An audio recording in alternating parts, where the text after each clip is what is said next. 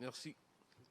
Et avant que je commence mon autre question, je voulais d'abord avoir une pensée pour tous nos vieux qui ont arpenté les marches de l'ONU depuis 50 ans jusqu'à aujourd'hui pour essayer de parler de notre lutte, parler du peuple kanak. Jusqu'à présent, on continue, la nouvelle génération arpente les marches et les couloirs de l'ONU. C'est pour ça que c'est une pensée pour tous nos vieux.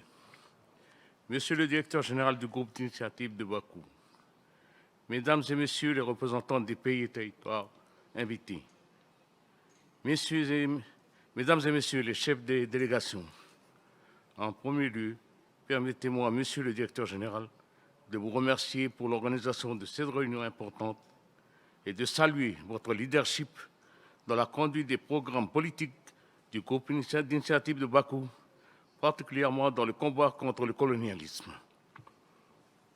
En effet, après plusieurs mois d'engagement permanent, il est nécessaire de saluer cette dynamique mondiale qui a permis au groupe d'initiative de Bakou de développer plusieurs actions pour accompagner les dernières colonies françaises dans leur quête de liberté politique. Le droit à l'autodétermination, résolution 1514, déclaration sur l'octroi d'indépendance aux pays des peuples coloniaux, fondement majeur des pays colonisés et des peuples soumis à un régime politique imposé, doit s'affirmer au nom d'une civilisation kanak qui refuse l'assimilation ou l'intégration au peuple français. Depuis le 24 septembre 1853, l'action française a consisté à étendre les limites de ses frontières dans ces contrées éloignées afin de constituer un empire et d'en retirer les richesses au travers des comptoirs coloniaux.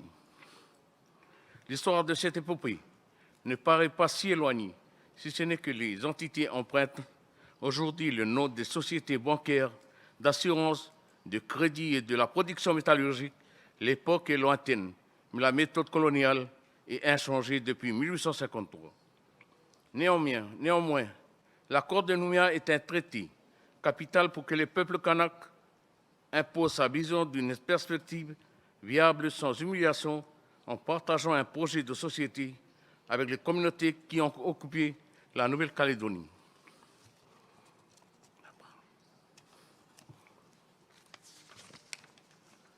Les efforts liés à une émancipation politique sont réels grâce au transfert de compétences qui renforce le concept d'une construction progressive d'une entité nationale.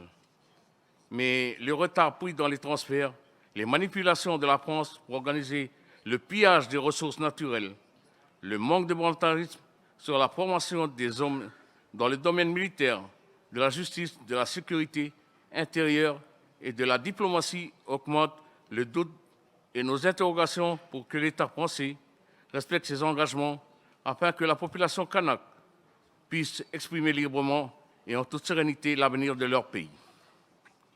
C'est pourquoi nous devons consolider nos liens de solidarité internationale afin de faire respecter notre droit inné et actif à l'indépendance.